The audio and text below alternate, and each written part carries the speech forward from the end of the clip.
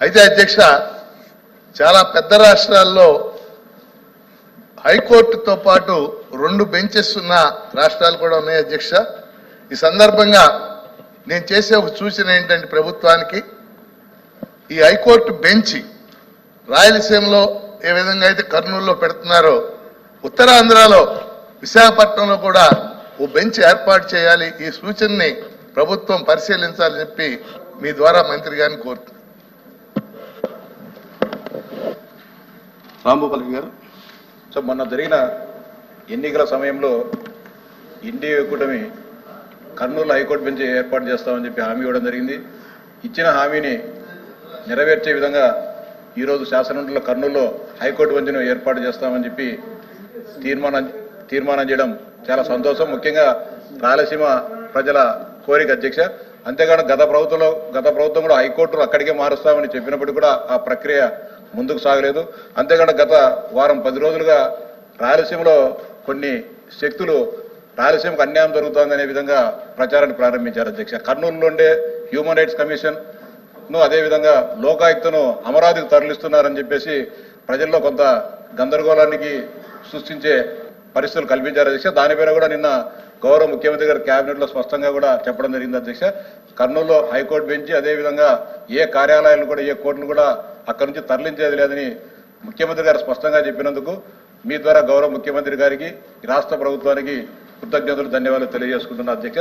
అంతేకాదు ముఖ్యంగా రాయలసీమ ప్రజల కోరికను తీరుస్తున్నందుకు ధన్యవాదాలు అధ్యక్ష. మినిస్టర్ గారు, ఇండస్ట్రీస్ మినిస్టర్ గారు.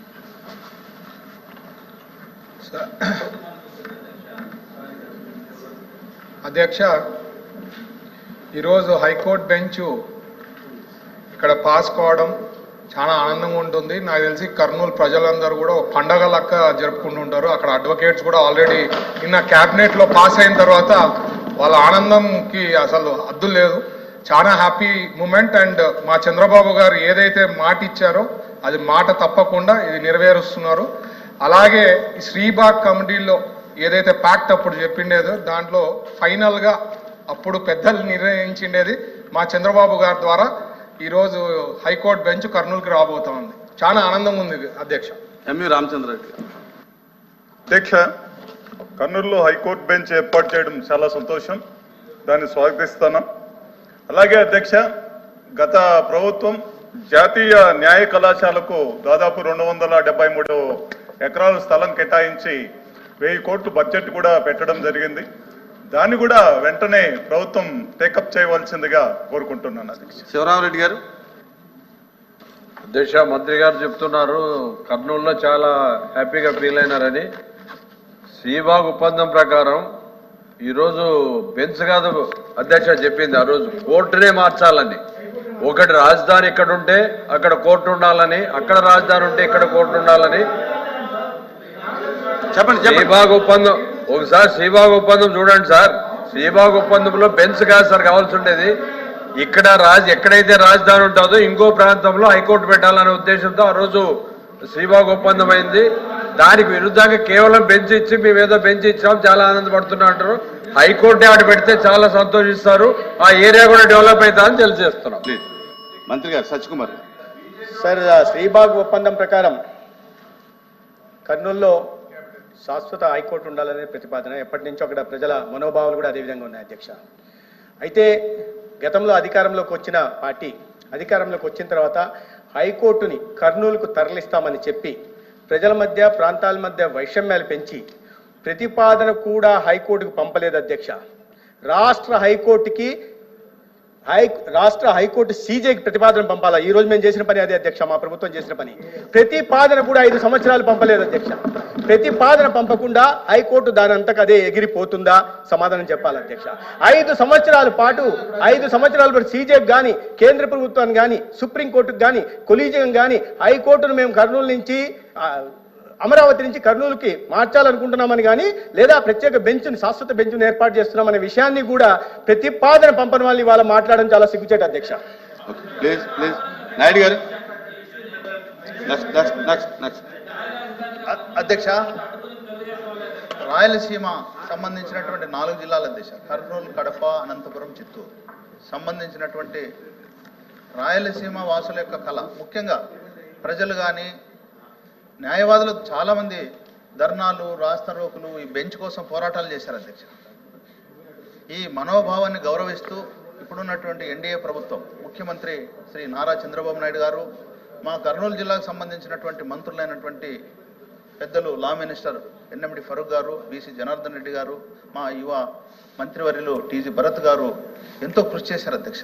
ఈ సందర్భంగా మీ ద్వారా వాళ్ళకు అభినందనలు తెలుపుతూ ఈ ఎన్డీఏ కుటుంబం ప్రభుత్వానికి కూడా కర్నూలు వాసిగా నేను న్యాయవాదిగా దాదాపు 20 సంవత్సరాలు చేసిన అధ్యక్ష. మా కళ 20 ఏళ్ళ తర్వాత నెరవేరింది. చాలా సంతోషం అనిపిస్తుంది. మా టీజీ భరత్ గారు చెప్పినట్లు న్యాయవాదులతో పాటు అక్కడుండే వెనుకబడిన ప్రాంతమైనటువంటి రాయలసీమ వాసులందరూ కూడా సంతోషించే తీర్మానం చేసినందుకు మీ ద్వారా ధన్యవాదాలు తెలియజేస్తున్నాను. కుమార్ గారు. 2014 బీజేపీ మేనిఫెస్టోలో హైకోర్టు ఎక్కడ పెట్టాలనేది వాళ్ళకు చాలా క్లియర్గా బీజేపీ మేనిఫెస్టోలో పెట్టారు అధ్యక్ష. అది హైకోర్టు కర్నూలులో పెట్టాలని చెప్పి అప్పుడు బీజేపీ మేనిఫెస్టోలో పెట్టారు. మరి డిక్లరేషన్ మరి ఈరోజు బెంచ్ తీసుకెళ్తున్నారు అధ్యక్ష. మనం న్యాయ రాజధాని కర్నూలు పెడితే రాజధాని తీసుకొచ్చి బెంచ్ పెడతారు అధ్యక్ష. దీని గురించి ఒకసారి వాళ్ళని ఒకసారి రామ్ సుబ్బారెడ్డి గారు. రామ్ సుబ్బారెడ్డి గారు. అధ్యక్ష, మీ అందరికీ తెలుసు. ప్లీజ్ అధ్యక్ష, అధ్యక్ష, గత ప్రభుత్వం గురించి చెప్తా ఉన్నారు అధ్యక్ష.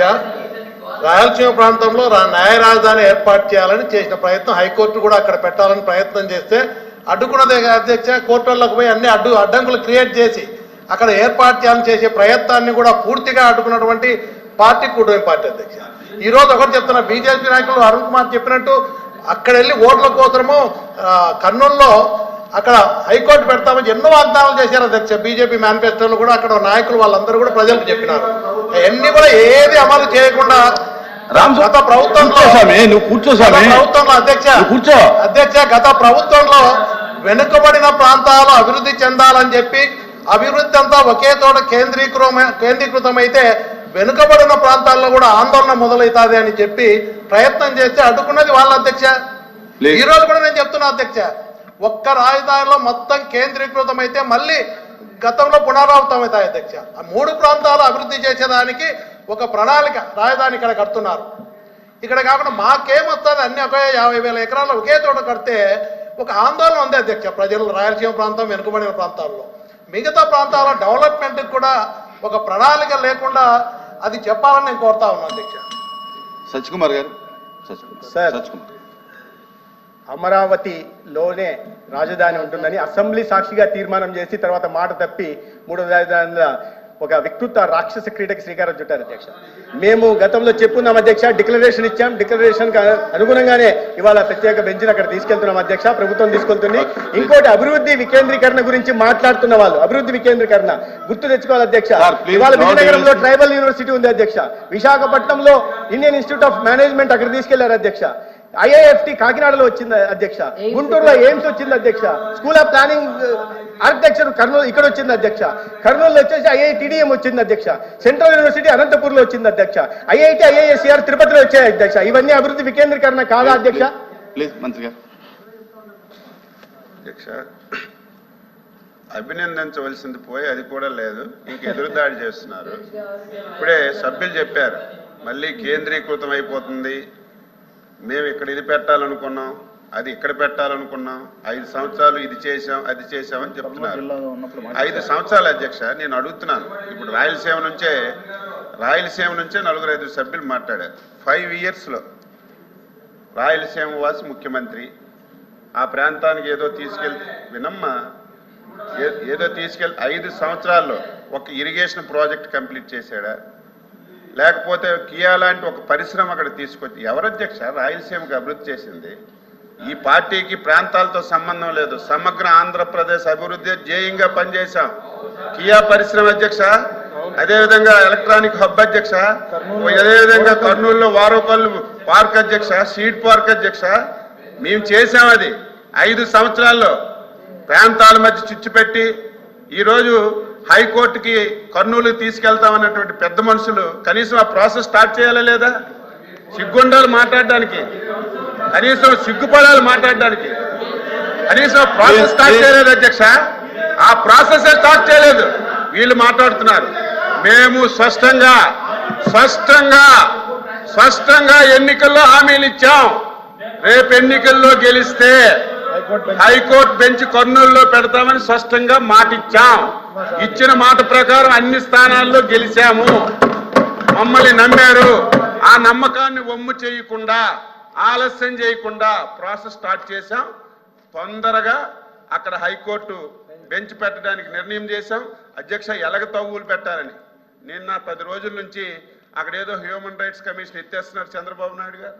అక్కడ ఈ కార్యాలయాలన్నీ మళ్ళీ అమరావతికి పట్టుకెళ్ళిపోతున్నారని తగాయిదాలు పెట్టారు. దానికి కొంతమంది లాయర్లు కూడా యాజిటేషన్ చేస్తున్నారు. 5 సంవత్సరాలు ఏమయ్యారు అధ్యక్ష? వాళ్ళందరూ 5 సంవత్సరాలు ఏమయ్యారు? ఎవరైనా బయటకు వచ్చారా? ఈరోజు మేము ఇచ్చిన మాట ప్రకారం చేస్తున్నాం. అక్కడ ఏ కార్యాలయాలు తరలించడం లేదు. కొత్తగా హైకోర్టు బెంచ్ పెడతాం. రాయలసీమ హార్టికల్చర్ హబ్ పెడతాం. ఏవైతే ప్రాజెక్టులు ఉన్నాయో ప్రాజెక్టులన్నీ కంప్లీట్ చేస్తాం. ఇంకా కియా లాంటి పరిశ్రమలు ఏవొచ్చినా సరే అక్కడే పెట్టడానికి ఈ ప్రభుత్వం చిత్తశుద్ధితో ఉందని చెప్పి తెలియజేస్తున్నాం. Government regulation